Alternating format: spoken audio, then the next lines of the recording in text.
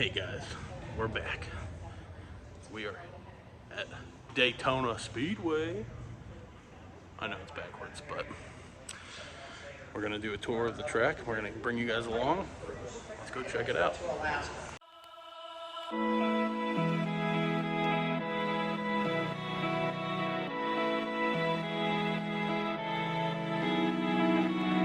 Don't wreck! Don't wreck! Holy shit! So this is the tour cart. They pull us with that there pickup truck. For the next hour or so. Now I do have several things I need to go over before we get started.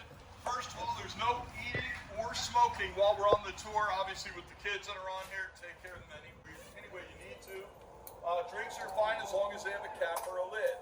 By the way, smoking does include vaping, if I didn't mention that. Alright? Cell phones. Please put those cell phones on silent or vibrate for the courtesy of the people around you. You may use those cell phones for pictures or videos if you choose to do so. Please do not make or take any phone calls while you're on the tram, unless, of course, it's an emergency you need to take care of. Then do what you got to do. Alright? Next thing, rating policy. We do have something coming in here. We don't know what it is. But if it should start to rain, you are riding on an open tram, so guess what? You will get wet. Any questions? That's pretty simple. The only thing that we would have to be concerned with would be if I get a call from this guy over here, John, about lightning in the area. We'll get you to safety as quickly as possible. We don't mess around with that. Last thing I need to go over is while we're traveling along on the tour, if you should happen to drop something off the tram, get ready for this. This was already tried, so you would not be unique. Please do not jump off the moving tram to retrieve it. It did not end well. Okay? All you need to do, there's nobody else out there, let me know at the next stop what it was that you dropped, where it was, about what area, and I'll call somebody. They'll get one of these vans, come out, pick it up, and deliver it to you. Alright? Now I do have one question for you. 35 people, last tour of the day. You had me as a tour guide. Usually I tell them, like this guy back here, I said, if you wait till the next tour, you can get a better tour guide. But this is it for today. So you're stuck with me. Now I'm trying to get into a Ford up here. I need a lot of enthusiasm. Whoa, whoa, whoa, whoa. Ford, okay, Ford, one of the 3 official trucks of NASCAR. Alright, is everybody ready to go on a tour? Yeah. By the way, I forgot to mention, traveling with us today will be Mark, this guy right up here. He is training with me, and today's kind of his first day of training, so he'll be checking things out. If he comes up to you and says, you having a good time, just tell him, yes, we will. Okay, we're going. No cell phones on the phone. I'm just kidding. I'm assuming everybody can hear me back there. Because you're smiling at some lame things that I'm saying, so I appreciate that. I'm going to ask everybody to keep your arms, hands, legs inside the tram. You are allowed to rest them up there, sir. I'm not, and ma'am, I'm not calling you out. This is what I'm talking about. Pointing like that, okay? You can rest them there. Also, please do not stand up while the tram is in motion. Now, where are all my people on this tour from Florida? Raise your hands. Okay, excellent.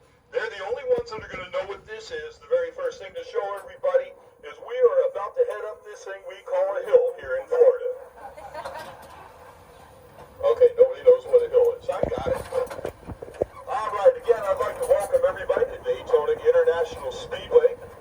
Construction began at this speedway back in November of 1957 and was completed a short 15 months later in time for the first Daytona 500, which was held on February 22nd, 1959.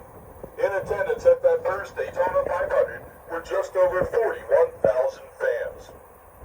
The entire speedway sits on 480 acres. Inside of these walls over on the passenger side of the tram, we have 180 acres. Let me interrupt myself here.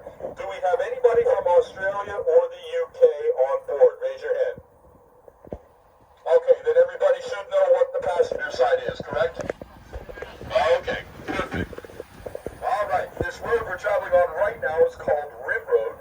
It's used for emergency vehicles only on race day. While we're up here on Rim Road, if you look back out on the passenger side, you will see a lake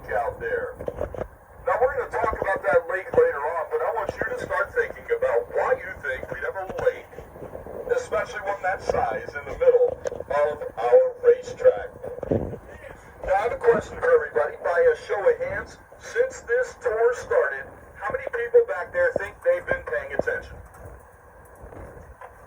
About 4. All right, we're going to find out right now. With all the enthusiasm you can muster, I want everybody to shout out my name. Jeff. Bill! Did anybody say Jeff? Okay, thank you. Close. You guys win the prize. Now, there's a reason why I'm bringing that up. My name is Jeff. I'm bringing that up because I'm about to play a welcome message to you from a guy I call the other Jeff. Hi, this is three-time Daytona 500 champion Jeff Gordon. I'm pleased to welcome all of you to Daytona International Speedway. Nearly 60 years ago, small-town auto mechanic Franz Jr. dreamed of creating a racetrack that was bigger, faster, more exciting than any before it. In the ensuing decades, his belief in big dreams transformed Daytona International Speedway into the world center of racing. Synonymous with names like Petty, Earnhardt, and Allison, Daytona International Speedway has captured the imaginations of the millions who have set foot on these hallowed grounds. Now, Bill France's dream has taken yet another step forward with the reimagination of this American icon, blending the modern amenities that today's sports fans demand with the heritage that race fans expect from Daytona. As 2016 saw the closest finish in the history of the Great American Race, it not only conjured memories of Johnny Beauchamp and Lee Petty's 3-wide photo finish in the inaugural 1959 Daytona 500, but reminded race fans everywhere that a reimagined race experience hadn't changed the core of what Bill France envisioned decades ago. Welcome to the World Center of Racing. When Bill France wanted to build a racetrack, he had 3 main criteria in mind. First, he wanted to have the largest track. Second, he wanted to have the fastest track. And third, he wanted to have a perfect oval. Well, he did end up with one of the largest tracks, with our super speedway being 2.5 miles around. He also ended up with the fastest track. Now, to have the fastest track back in the late 50s when this was built, all you needed to do was have some kind of banking, and our banking tops off at 31 degrees. But because of the space restriction, they could not fit the perfect oval in here, so the tri-oval was born. By the way, great job coming out here on a tour today. The reason I say that is this is one of the few days out of the year that we have a cold track where you can actually drive on the track surface. Our track is used between 260 and 270 days out of the year. As we come out through this wall, we're going to be entering our backstretch. Take a look out the driver's side. You'll be looking all the way down that backstretch to the exit of turn 2. The backstretch does continue on the other side, and it is 3,000 feet long. Also out on that driver's side where that white car is going, that's a small part of our road course. Now our road course adds 1.06 miles to the overall length of our track. It's used for Rolex, motorcycles, carts, and other groups that come out here to do testing or private racing. Coming up here on the passenger side, you will see 2 parts of a Sunoco sign. As we drive by, take a look up in between those 2 parts. You should be able to see 2 chairs. Those chairs are where the NASCAR spotters sit. They look for any problems that may occur on the track during an event, such as debris on the track or fluids leaking from those cars.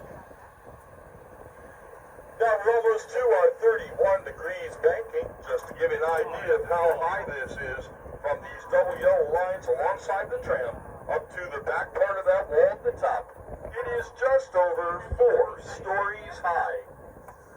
On race day, those Cup Series cars are coming through there side by side, nose to tail, at 200 miles an hour. Picture this if you can. Those cars will go through there 3 side by side, and they might even try and go 4. Well, if they go through that area 4 side by side, chances are somebody is going to have an encounter with that wall system up at the top. That wall system is called the SAFER barrier. SAFER stands for Steel and Foam Energy Reduction. What that means is that part of the wall closest to you is made up of 9 miles of steel tubing. Right behind that we have foam-filled styrofoam styrofoam pyramids, and at the very back, a concrete wall. If a car should get into that wall, that steel tubing will flex and bend into that foam, which will push back into that concrete wall. This causes less damage to the cars, but more importantly, less serious injuries to the drivers. If you look over on the driver's side of the tram, you'll see we have safer barrier over there also. Now, I dropped a suggestion in the box. I said, you don't need to put safer barrier up over there. All you need are some signs that say, please keep off the grass. They didn't go for it. I thought it was brilliant. Now, this distance we just traveled from turn 3 up here to the exit of turn 4, 3,200 feet. We're now getting ready to enter the longest part of our track, which is our front stretch at 3,800 feet long. Now, at this time out in front of the tram, I'd like to present to everybody our $400 million renovated front stretch seating area. Renovations were completed in this seating area in January of 2016. That seating area that you're looking at is 0.8 of a mile long. Seating capacity is 101,500, but on race day, with our seats, our standing room areas, and our suites, we can accommodate on that side of the track alone just under 150,000 fans. Take a look all the way up at the top of those seating areas. That is 15 stories straight up. But the first thing that probably jumped out at you when you looked over there are the multicolored seat sections. Now, what I'm going to ask you to do, try not to look out to the right or the passenger side. Look as far down to the end of those seats as you can. Now, this is done on purpose. It's an old television trick. When the television cameras pan across the crowd, it makes it appear that those seats are filled. However, we don't normally have to worry about that at our Daytona 500 because those seats are usually sold out. Now, how many of you have been here before? Oh, one, maybe two people. Okay, for the rest of you, how many have seen a race from here on television? Well, for all those people that just raised their hands that have only ever seen a race on television, television makes our start-finish line appear to be flat. You're about to see it's not flat at all. It's actually banked at 18 degrees, and this is going to be our first stop today.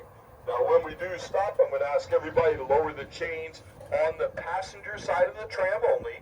Please do not go on the grass side or the grass, and also do not walk in between the trams or stand in between the trams. And the last thing is, if you're going to climb this, use extreme caution. All right, you can lower the chains on the passenger side.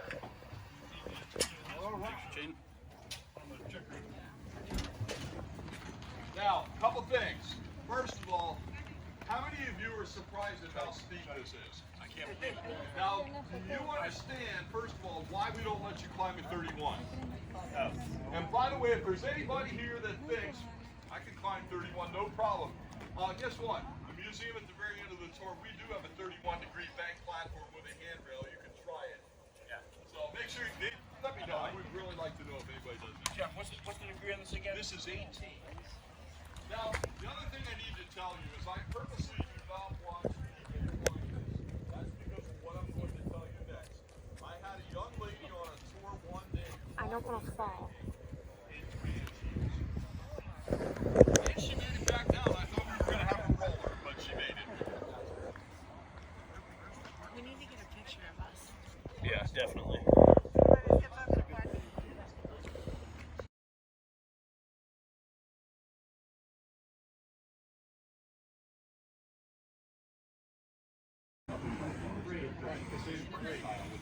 One more. 1, 2, 3. Thank you. Doing one more? Track is going to come off of that 18 degrees banking where you were just standing. Out in front of the tram, it's going to go all the way back down to 3 degrees like it did in the back stretch. Beyond that, you'll see a Sunoco sign way out there on the right. That is turn 1. And the track starts heading back up to 31 degrees banking just like it did in turn 3. Now, to get to the Ruoff Mortgage Victory Lane and our next stop, we are going to be traveling pit road backwards. Pit road is 1,600 feet long. Speed limit for NASCAR events, 55 miles per hour. Those of you that follow the Cup Series, you know that those Cup Series drivers have a lot of problems with that speed limit, not just on this track. Now, take a look over here on the passenger side of the tram. You'll see the numbers on the wall. Those are our pit stall numbers. Now, the reason I'm pointing those out to you is Bill Franz Sr. was superstitious. We do not have a pit stall 13, but instead of skipping it like they do in those high-rise buildings where they take that floor out completely, we actually have something in its place. Get ready.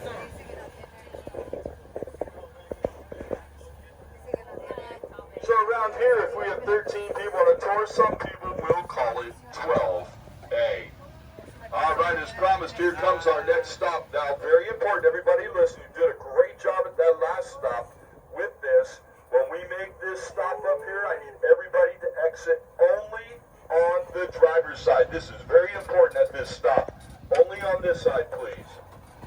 When we go into Victory Lane, I'm going to ask you not to go up on the stage. Please do not go into the seating area. And when we get in there, I'll show you what you can do. All right, go ahead.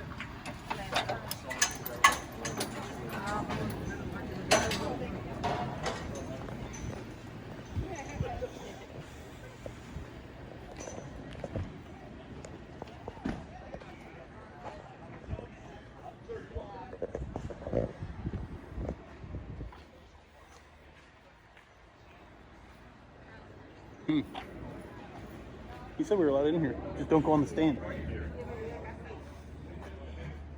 He said don't go on the stage and don't go on the stands. Listen.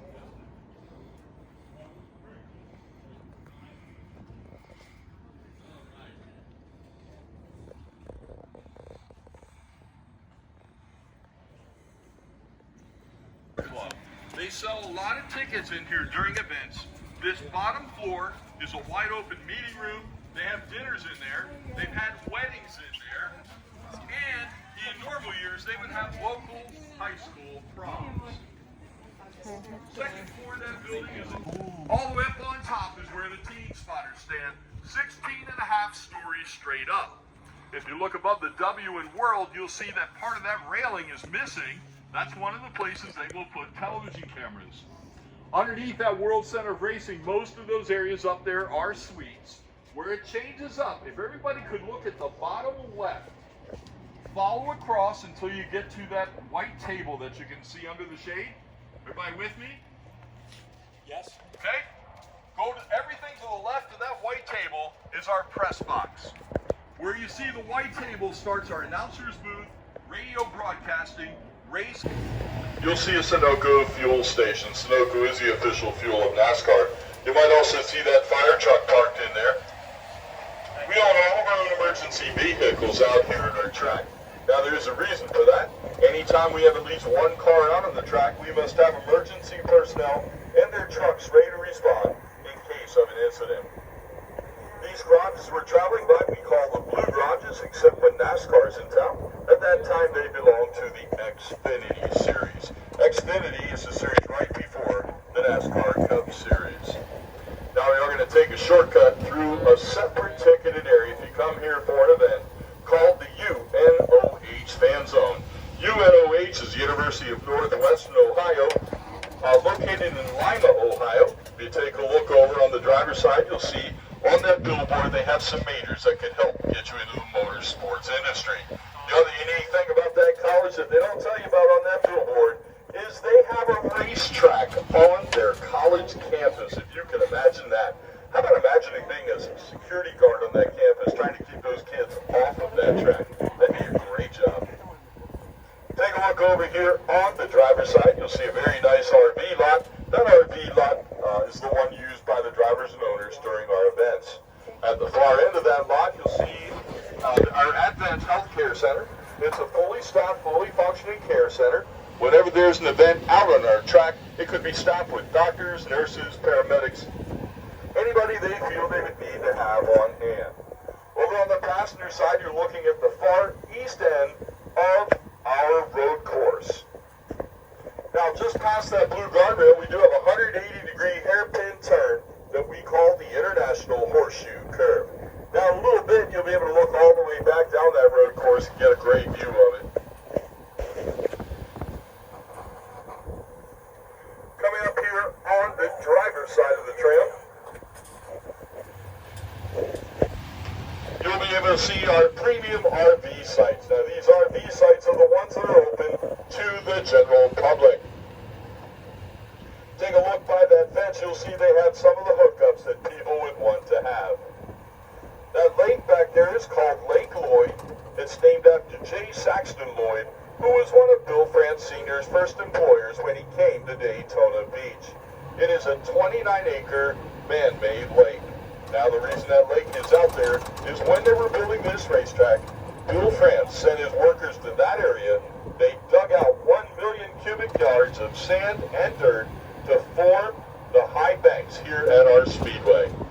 Today that lake is used for fire safety, irrigation, and on the Friday before the Daytona 500, for a fee that goes to charity, you can go out in a bass boat and fish with your favorite driver. Now I only share this with tour groups that I think have a sense of humor, and I think this one does have a sense of humor.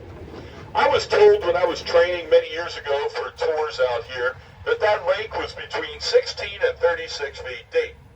That was all great until one day I came down here with a tour group, and about 25 feet off of the end was a bird standing in the water. I could not convince anybody that that bird's legs were 16 feet long. So I will not tell anybody it's 16 to 36 feet.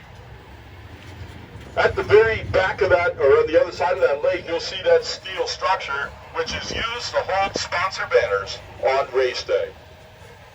Now back in 1998, the Speedway undertook a major lighting project. They contracted a company out of Iowa called Musco to come in and complete that project. And they did so in time for that July 4th, 1998 race, a race billed as the inaugural night race here at our Speedway. But there was a problem. We had wildfires in the area, and the wildfires were so bad that the smoke from those fires came out onto the track, and you couldn't see from one end to the other, so that race had to be postponed until October of that same year. The very first driver to drive under these lights, about 4 months before they were actually completed, just to give a driver's perspective before they got these lights finished, was Dale Earnhardt Sr. Fittingly, that was the year he won his only Daytona 500 in his 20th attempt, and again that year, 1998. Now those of you that think I don't like you as a tour group, you're about to find out that I really do. The reason it should be obvious to you is because we just approached our first of 3 speed bumps, and I slowed down to 2 miles per hour. Now you can imagine when I don't like tour groups how fast I'd be going over there, but we don't really have to talk about that because I slowed down for you. By the way, these bleachers all face our infield, the ones that we have face our road course, and seating is not reserved, it's first come, first served. Also, take a look out on the passenger side, look towards the front of the tram. You'll be able to see all the way down to the end of that road course. Now those orange cones, the last set way down there, are fairly close to that 180-degree hairpin turn that I was telling you about. All right, we have one more speed bump that we're going to be going through the largest of our tunnels out here at our track. This tunnel we're going to be traveling through is big enough for RVs, haulers, and tractor trailers to go through side by side. The tunnel was built in 2004, and the amazing thing about the tunnel being built during that year is that 3 hurricanes swept through this area, but the project was built and completed on time. Now as we go through the tunnel, there are 2 sides of the wall for you to look at. I want everybody to look at the driver's side wall. So just so you don't miss anything, I'm going to tell you what's on the passenger side. Over on the passenger side, we have the major motorsports events that are held out here, such as karting, Rolex, motorcycles, trucks, and of course, the cars of NASCAR. But over on the driver's side, we have memorable moments in Daytona 500 history, and I want you to check these out carefully. We're going to talk about some of them between now and the end of our tour.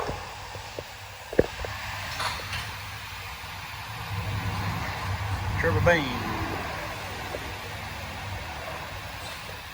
Now, I will tell you that my favorite driver of all time is on the wall up here. He's an old-time driver, but I'm going to tell you. He won the 1967 Daytona 500, but he was known for racing in many different circuits around the world. His name is Mario Andretti, and the reason he's my favorite driver is because I'm from his hometown of Nazareth, Pennsylvania.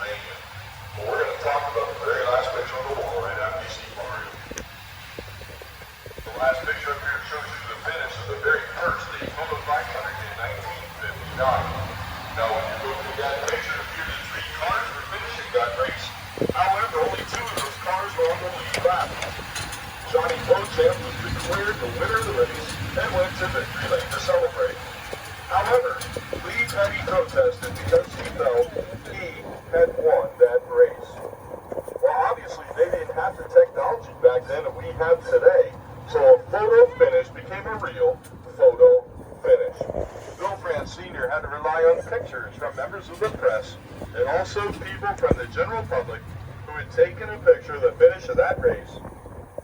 And 3 days after the race, it was announced that Lee Petty had won that first Daytona 500 by 2 feet. Now, could you imagine winning the very first Daytona 500 that was ever held, and you didn't get to go to victory lane to celebrate? By the way, that was not the closest finish in the history of the Daytona 500. That happened in 2016 when Denny Hamlin edged out Mark Truex Jr. for the victory by a mere 4 inches. Time-wise, 1/100th of a second. And if anybody's interested, I'll stop with this one. The second closest finish in the history of the race. Hang on. Checking to see where he's going. Second closest finish in the history of the race. Look at this unit. Happened last year, 2020, also involving Denny Hamlin. All right, our crack security team is on this. Yeah.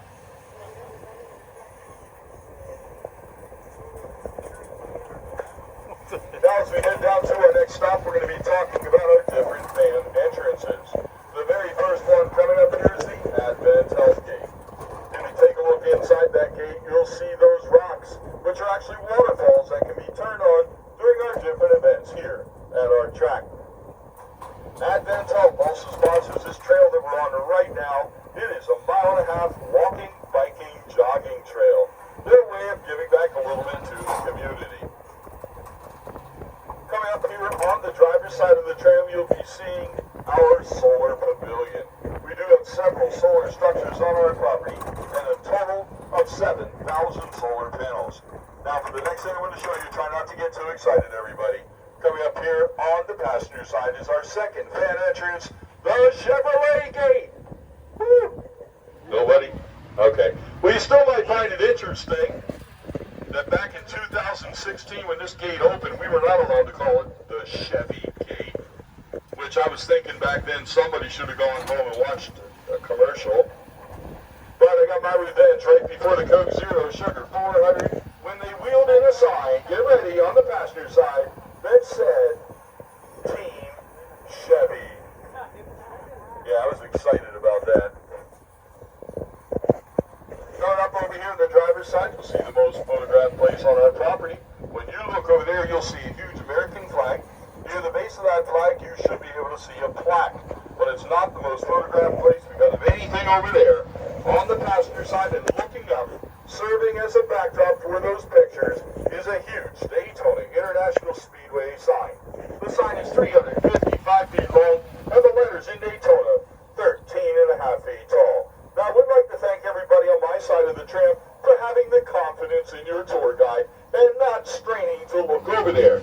See, there is a reason why I'm up for Tour Guide of the Year. Watch this.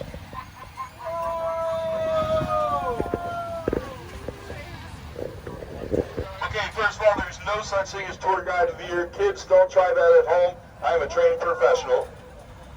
But now it is on the driver's side of the tram. That is 1 point for Jeff, and take a point away from Woody. The other reason I came back through here, if we happen to have any American Ninja Warrior fans on board, they filmed that show here about 4 seasons ago. The main part of the course is right where we're traveling now. All right, continuing on.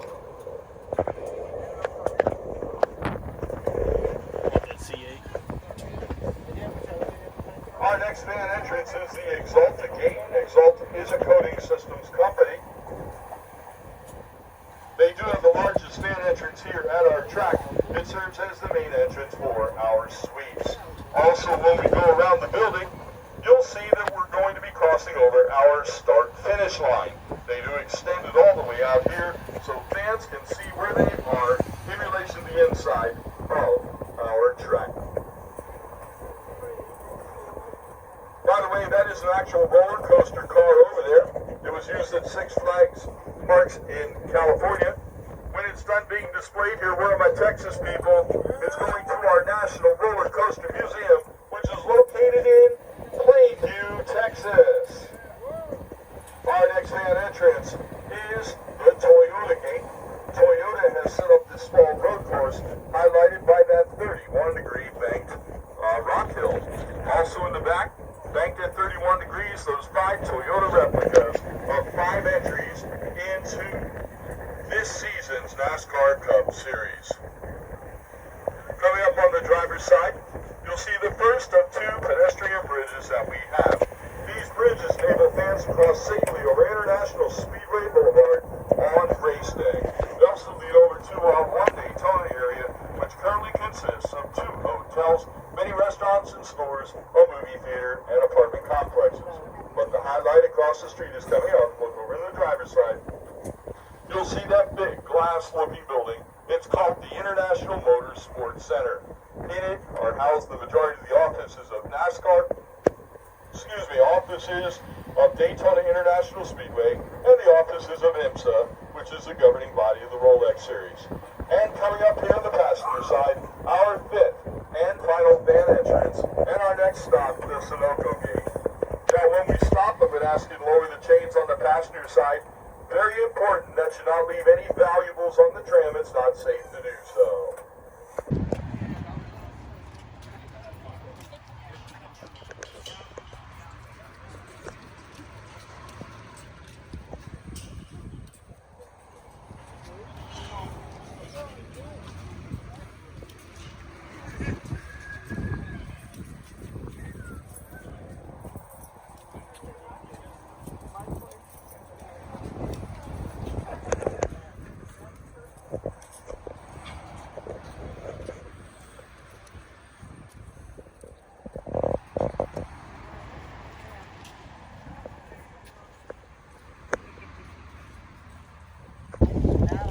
Escalator land. When do we get to the ride? He's thinking it's a ride. Oh, what's a negative reference?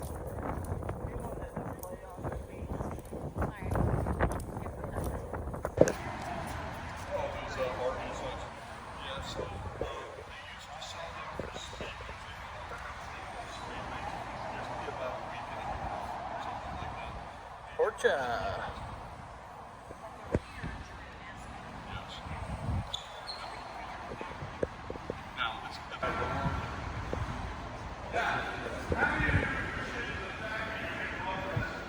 Yeah. You might find it interesting that they just put those in 2016. So if you came here for an event before that time, you walked up steps. We now, not the one the adults are thinking right now. First class. Second one is you have to have a soft-sided cooler. They do have a restricted size. I don't know if you want to use that terminology when you hear how big it is. It's 14 by 14 by 14. If you don't know anything about that size cooler, you can fit a minimum of 18 cans of your favorite beverage in one of those. So if that sounds restrictive to you, all I can tell you is to come and board me. The reason for that size cooler is it'll fit directly underneath any one of the seats when it's filled and without the ending your leg room. All right, let's get you outside. If you guys on this side want to go out that way and turn left, you can do that.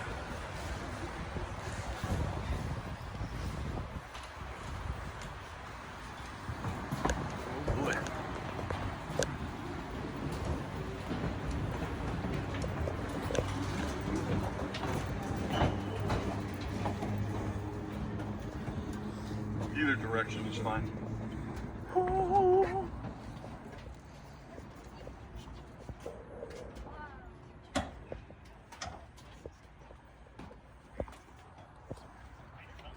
Very ominous rain cloud. I saw that move, sir. On Daytona 500 Day, in case you don't know this, we do get a large number of celebrities also that will have their jets flown in there. As a matter of fact, the #1 celebrity I saw this year, Michael Jordan. And by the way, you know I pointed out the driver's owner's lot to you? He didn't stay there.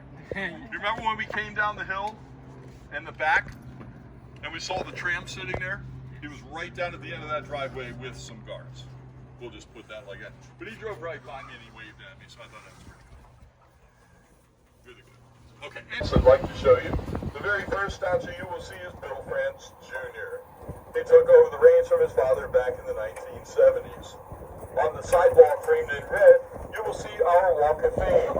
It features our Daytona 500 champions from 1996 to present. The next statue is a man himself, Dale Earnhardt Sr., the winningest driver here at Daytona International Speedway with 34 total victories. Now, he only had that one Daytona 500 victory that we talked about in 1998, but the next closest to him in overall victories at this track, Tony Stewart with 19. And the last statue, our founders, Bill Franz Sr. and wife, Annie B. Not only were they the founders of the racetrack, but Bill Franz and a number of other gentlemen were also the founders of NASCAR back in 1948. Now, as we go around this building, I'm going to play a closing message for you. Also, you'll get to see one more thing before we get to the end. We're going to pass by, after a couple turns on the driver's side, the original tunnels that were built in the construction back in 1958. Take note of the clearance of those tunnels, 7 feet 6 inches. The reason for that is back when this track was built, most of those drivers drove their own cars right out onto the track. They didn't have the fancy haulers back then that we have today. Hi, this is Daytona 500 champion Mike McDowell. Thank you for visiting Daytona International Speedway today. As you saw firsthand, everything at the state-of-the-art facility is world-class. Whether it's your first time here or if you're a Daytona veteran, the venue has reinvented the motorsports experience for everyone. Daytona's schedules of events have something for everyone, including stock cars, sports cars, motorcycles, karting, car shows, concerts, and more. Tickets for all events can be purchased at the ticket office inside the tours building. The final part of today's tour features the number 34 Love's Travel Stock Ford Mustang that I drove to Victory Lane in the 63rd running of the Daytona 500. The car is exactly in the same condition as it was in Victory Lane. It's an exciting time at the World Center of Racing, and we hope to see you again soon. Thank you for visiting Daytona International Speedway today. All right, one last time, and when we come to a complete stop, I'm going to ask you to lower the... there you go. Oh, too cold. What would be better if they go to the toilet rings? Oh, there is, right around the parts of the race. Good.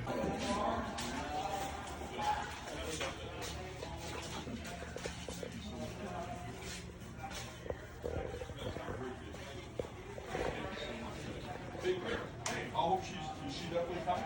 You're all right. Go ahead. Museum, we have everything from an airplane to a go kart. Lots of cars to check out, lots of Daytona history. The movies play Daytona 500 finishes. I recommend you enter the theater up there, parking in the back left.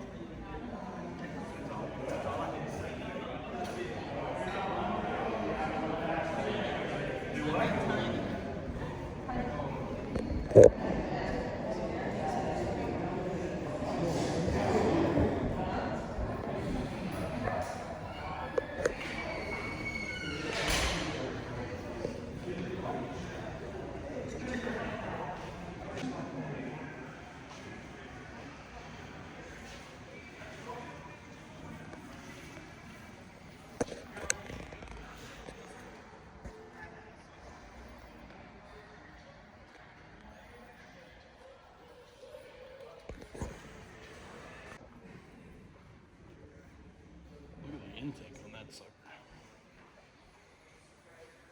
And the steering wheel. No, it is.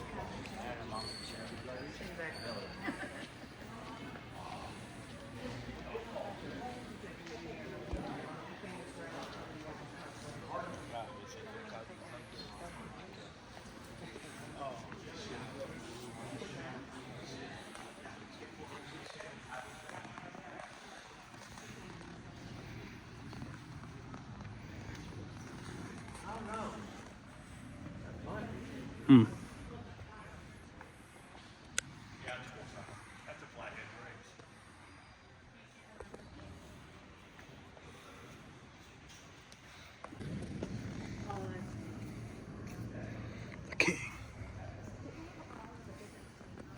Yeah, back in the day. Yeah.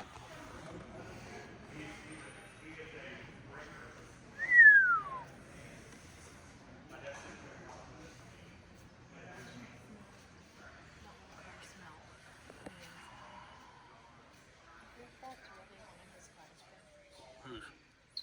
Oh yeah, for sure it was.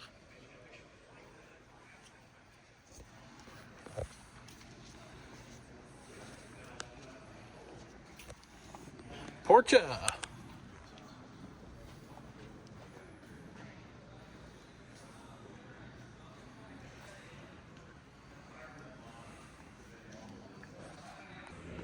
That was pretty neat. Thank you guys for watching all the way through.